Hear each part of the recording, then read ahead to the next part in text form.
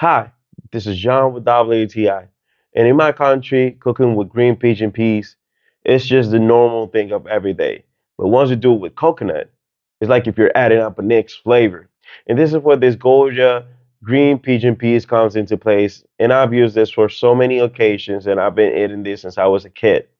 So what we do is like a little soup or a little cream that is called guandules in my country. But this green pigeon peas, when you do it with coconut, you can actually mix it with your meats, like I did in my time. What I did is just add this to my chicken and just add it with rice, and you get a nice, easy meal. What the coconut brings to this is a whole new flavor that once you try this, you're gonna want to do this like every time.